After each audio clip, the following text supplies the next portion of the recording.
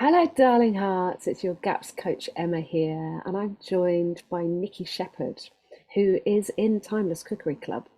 I let her in to have a good old nose around so that she can find out what we're all about. And Nicki is a specialist in heavy metal detoxing, and I'd love to welcome you, Nicki, and to talk about infrared saunas today. Thank you for having me. You're very welcome. So, what first got you into infrared? Well, I was very, very ill myself some years ago. It's a very similar story to yours. And with a lot of process of elimination, I knew that sauna therapy was helping me, but the traditional sauna, the cabin type, my adrenals were shot to pieces. So I wanted to sweat, but I couldn't take the heat. And then I started doing some research and I found a doctor called Dr. Lawrence Wilson, who some people will be familiar with. He's like the godfather of infrared sauna therapy. And he teaches people, and it's a really old-fashioned website, but he talks about the incandescent bulb type sauna, which is extremely powerful for your health, and it's so good for the immune system. But it allows you to take the heat of the bulbs whilst keeping the air around you cool. So it's much, much safer than any other sauna. And it's got a huge amount of benefits. And then I looked into the studies, and there are over 3,000 research studies on infrared sauna therapy and its benefits. And it's just so little, there's so little known about it. But we're now experiencing, an increase in popularity. So more people are searching on Google for it. So I think with the result of what's happened in the last 3 years, it seems that more people are wanting to take control of their health, and they're looking at alternatives like sauna therapy. So, when you said incandescent bulbs, these days most bulbs seem to be LED. Can we still find incandescent bulbs just for normal light in the house, just to change tack a little bit? Because I know LEDs are extraordinarily damaging to us, our health, aren't they? Yes, LED, they're not only bad for our eyes, but a lot of them contain mercury, which is obviously not very good. Incandescent bulbs you can get them. The household ones, I mean, I've got a store in my loft, but if you're lucky enough to see them, then stock up. We've had supply issues with the incandescent infrared bulbs, so that is my only worry, that will get tampered with in the future. But at the moment, we're finding we can get stocks of them. So Where are you have you got a special like private, source? Because I've looked around and I can't see them anywhere. yeah, I've we've looked in got shops. 2 or 3 sources, but the one we prefer is like an agricultural supplier in the UK, and the delivery is really good. And people might be aware or seen infrared bulbs when vets or breeders use them on their puppies Mm. and other animals, because animals know the benefits of infrared. Yeah. Yeah, you can tell, can't you? You can see. Mm. So infrared is the same light that we get from the sun, isn't it? Yes, so it replicates not all, but most of the beneficial wavelengths from the sun. So if you were to sit in front of one for the first time and you just close your eyes, it would feel like sitting in the sun. And if you do that in the middle of winter for the first time, it's so comforting. It's really beautiful. And it literally, all the blue light that you've absorbed during the day, it's like it cancels it all out. Nice. Yeah, it's really, really, it's enjoyable, it's warm, and it's just on the very base, it's very relaxing and calming. It gets your body into sympathetic parasympathetic state. Nice. And can you describe the infrared unit that you've created? Because you had to find something alternative to an infrared box because you were Mm. struggling with the EMF frequencies in there, I think. You Yeah, I bought far infrared sauna because I was just searching for answers and how to sweat, because a lot of people who are ill or autoimmune, you can't sweat, Yeah. detox pathways are all blocked. And I bought a far infrared cabin, and then realized after spending quite a lot of money and time with it, that it was making me more ill. And then I discovered that most of them are emitting really harmful EMFs. Right. So people really need to do their research, because far infrared's only been around for like 30 years, and I really think it's there's not enough research studies behind it to prove it's safe. So I sent that one back. And I said to my partner, you know, I always wanted my own near infrared sauna unit, and I read about it on Dr. Wilson's site years ago, but you can't get them in the UK. I mean, there's one other manufacturer I'm aware of at the moment, but there's a real massive gap in the market. So he said to me, show me the spec and I'll see if I can reproduce it. So he's really good with woodwork and electrics. So we designed a unit, and it's portable. So it's a square wooden unit with a handle. So you could hang it on the back of a door. You can put it on the floor next to you, just lay next to it, or on a bean bag, or just sit in front of it cross-legged. I like to lay on the bed and just put it next to the bed. It's all natural wood. It's cladded wood at the front. There's no glues or solvents used, because a lot of people that are like us or have got a history of autoimmune, they can't tolerate, you know, glues or off-gassing of solvent-based stuff. Yeah, so you don't want to be staining the wood. You don't want to be using anything that can produce any harmful toxins. So it's all natural, and so everyone is handmade and organic, and you know, obviously the grain in the wood can look different from one unit to the next. And there's 4 bulbs in a diamond shape, and the idea is that you aim the bulbs to reach exposure is from the thyroid down to the groin. So it's exposing the red light to your vital organs. And then you can, so we quite like put it on the back of the door and use a bar stool, and then just do 20 minutes one side, 20 minutes the other side, a bit like a rotisserie chicken. And then you'll feel the benefits from that. You can use it on a specific area of the body. So like if you had an injury, you might want to take a couple of bulbs out, because otherwise it'll be really, really hot just to do, you know, an ankle injury or a shoulder injury. But most of the time we just keep the 4 bulbs in, and then you have to work it up. So you start with like 5 or 10 minutes exposure. And then you very rarely get side effects or detox reactions with infrared. But if you've been very, very sick, you know, you just want to be very gentle with yourself just in case. Yeah. As Dr. Wilson says that, you know, the infrared, the healing abilities of it is number 2 behind nutrition. Okay, great. So yeah. So do you know what the infrared actually does to our cells? What do you know how it actually affects on a cellular level? Well, the problem we've got, most of us are too cold. Our body temperature is slightly too low. Yeah, mine was at 36.5 degrees for years. Mine was. Yeah. And I was like, what's wrong with me? What's wrong with me? And So did you go to private doctors who said I went to a specialist doctor, take the temperature? I took my own temperature because I was interested, and I was like, my God, I'm at 36.5 all the time, and I should be 37.5 all the time. I'm down by a whole degree. But I think now I'm having, because I'm doing this heavy metal detox with for the copper. Now I'm having sweats in the night, and my temperature my temperature regulation is all over the place at the moment. Yeah.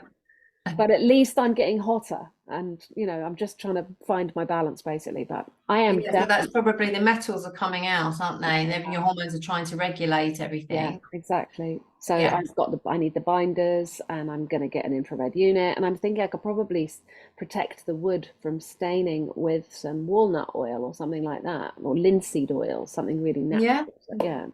Yeah, you could do, but it's you know, we've had them for years and they don't stain or, you know, degrade in any way. So it's actually quite nice to look at the, you know, the natural grain. But it's a natural oil. Yeah, I interrupted you then. I'm sorry, when you were saying the trouble is we're all too low temperature. Yeah, low temperature leads to, you know, poor circulation, and you know, the body needs heating up. And once you get the body to normal temperature around 37, your body's has the ability to kill off pathogens and bacteria and viruses. So it knows what it's doing. You've just got to get it into the right environmental state. Better circulation means your liver's going to work better. The blood pushing around, you're not going to get cold hands and feet. Imagine years and years and years of poor circulation leads to chronic illness will be premature rather than hitting you at 70 is going to hit you at 50. So, and these are epidemic levels now, with people with cold temperatures of bodies. So I think if most people did take their temperature, if you do it first thing in the morning, last thing at night, you'll find it isn't where it's supposed to be. And the worrying thing I've found out is that doctors have been looking at the average temperature of their patients and saying, well, the average is about 36.5, because people's temperatures are even lower than that. And so they're calling that the average and saying, well, it's okay, you're within the average thing. But it's like, that's not natural for a human being. Just because the majority of the population's temperature is down, that doesn't mean that the average is a good thing. That's their trick though, isn't it? They create their own criteria. Change the goalposts all the time, and make up numbers about cholesterol and I don't know what. They make up a lot of stuff. So I've heard from a good friend of mine who's a chemist and a biologist and a reflexologist and a medium. Interestingly, when she squeezes your feet, she gets messages from the beyond.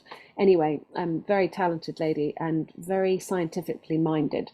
And she has seen some research that suggests that your mitochondria, which are the little energy creating organelles within each cell, they line up to allow photons of light to travel along them. Wow. I don't know where she found that out. Don't quote me. I don't know where she found that out, but I can kind of get what she's saying. And so by giving this, flooding the body with that infrared light, you're getting your mitochondria all, you're lining up your ducts or whatever. Well, it's funny you say that, because the first thing people might notice, usually with near infrared light, is they sleep better. Right. So do it last thing at night because you're winding down. You don't want to do it. You can do it any time of day. I mean, there's no rules to it. A lot of people do it last thing at night before they go to bed. That's how I started out. I suppose that would be similar to sun gazing at the sunset, that kind of lovely red sunset setting, whatever. Anyway, but it seems to cancel out, all day I've been on my laptop or I've been, working, and it just cancels it out. And then, when you wake up the next morning, you just know that's a different sleep. It's a more restorative sleep. It is lovely. But there's so many benefits to it that people just need to do their research. I mean, if you looked up infrared therapy research studies on eyes, for example, the University of London, the University College London, they did a study on degrading eyes, and they found that just looking at red light improved eyesight. Wow. So my very first customer was a really good friend of mine. She said to me, "What's that?" And she came out. I said, "It's our new infrared portable sauna." And she said, "Please, will you make me one? I've always wanted one of those." I mean, she's got MS, and she knew her stuff. She'd studied and self-taught, and so we gave her a little session on it. And then she drove home and phoned me when she got home, and she just said, "That was crazy." She said, "On the way home, I didn't need my night glasses. So I really struggle to drive at night." Right. And she said something happened there, and that was just half an hour. So she bought one. And then word went round, and then we were supplying people, friends and friends of friends. And then the feedback we was getting was amazing. So we went on from there and just went onto platforms, like we started selling on eBay. The rest is history. Cool. Well, I'm definitely going to get myself a unit, and I'm going to be able to offer my Timeless Cookery Club members the opportunity to get hold of one on a bit of a discount. So I'll tell you all about that another day. So thanks so much for coming on and explaining about it a little bit. You're welcome. Yeah, I think it's going There's to so be. much more to say when it's overloading, but that's just kind of whet the appetite, Well, really. yeah, is there anything else that you feel is really essential for us to take Well, a away? really good tip is you might not think of it, but dental issues. So there are lots of studies on, raising the temperature in this and increasing the circulation to the jaw area, because this is one of my issues. So it was a real eye opener. If you have a dental infection, gum disease, or something like that, or an abscess brewing, Dr. Wilson will recommend lots of regular treatments with the infrared rather than one long treatment every day. Yeah, so 10 minutes, 4 times a day. Then you can raise the temperature, push that infection, and in some cases you can heal them. So you don't need any other intervention. Great. Mm. I also saw a little gizmo for sale in Lloyd's Pharmacy, actually, of all places. And it was about 15 quid or 13 quid. It was sold as an allergy relief tool. And it had a battery in it and two little prong things. And you actually put it up your nose, right? And turn it on. And it makes you look like Rudolph the Red-Nosed Reindeer, but it's basically bringing infrared light to the nasal cavity, Right, yeah, very, very close to the brain. yeah. And this I have seen research, extensive research, and I've read a lot of testimonials about people saying it really helps with Parkinson's Yes, yeah, the to get neurological issues. the Yes. red light actually up your nose to your brain. So I mean, you could stand in front of it like that. Ah, If you go on YouTube, there's a doctor called Dr. Rimka. She's a beautiful American doctor, and I love her. And just, she's she does all these amazing videos, but she absolutely loves infrared sauna. She's created her own tent at home, and she's got the bulbs on the wall. And she's done a great video. She's done a couple, actually. One is where she was coming down with a sinus infection, and she went into the sauna. She's filming herself like before and afterwards, and she said, I just did 2 sessions and it was gone. yeah, wow. And then she did another really good video about neurological issues and treating that with near infrared. So that's one to look out for as well. What was her name again? Dr. Rimka, RMRIMKA. Rimka. Okay. Have you noticed that your electricity bills have gone up a lot using 100 watts? Is it 1,000 watts? It's a They're thousand watts. 250 watts each, so there's Yeah. 4 bulbs. Not really. I mean, I suppose it's the equivalent of running 4 bulbs. Yeah. Okay. No, not really. Okay. But then, we've always got so much going. We've got a Yeah. distiller going every day, and all our other gadgets. Right. They use quite a lot of energy, don't they? Those distillers. It's like having a kettle on for. Well, I've read that it's something like 50p an hour or Oh, something. okay, that's I not so bad. can't prove it. Can't prove it, but it's just something we just can't do without. So Mm. it's Do a you drink necessity. distilled water all day long then? Yeah, Right. yeah. Just we did overdo it once, and then we started getting sore joints. Right. So yeah, we don't overdo it now, but yeah, cook with it, tea and coffee, never drink anything else. Right. I Why? have got a distiller, but I only use it sparingly and I use it for enemas actually. Oh yes, enemas. It has to be distilled water, always. Mm. Well, And just you pop can, some salts in it sometimes. yeah, yeah, remineralize Yeah. because it is, yeah, a demineralizing thing, but getting rid of the inorganic minerals. But once you've cleaned yourself up, though, you don't need to keep on with doing it, I don't think. Yeah, and I think that's Mm. what happened. I detoxed so well, and then I was drinking far too much distilled water. So, but Mm. luckily then we were both doing it, and then we both got sore joints at the same time. Otherwise, I would never have made the connection between that and the water, because I trust it so much. Mm, And mm. it's like anything in this crazy detox journey that we're always learning. Yeah, You make mistakes and you can't overdo these things. yeah, So everything in moderation. yeah, absolutely. Mm.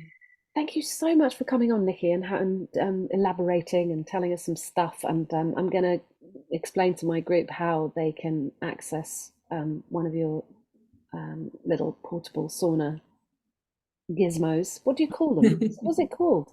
Just portable infrared. Portable infrared sauna Oh, unit. okay. Unit. Okay. I'll Yes. fill them in. Okay. Lots of love to you and thanks Yeah, for you joining too. me. Okay. Take Bye. care. Lots of love. Bye.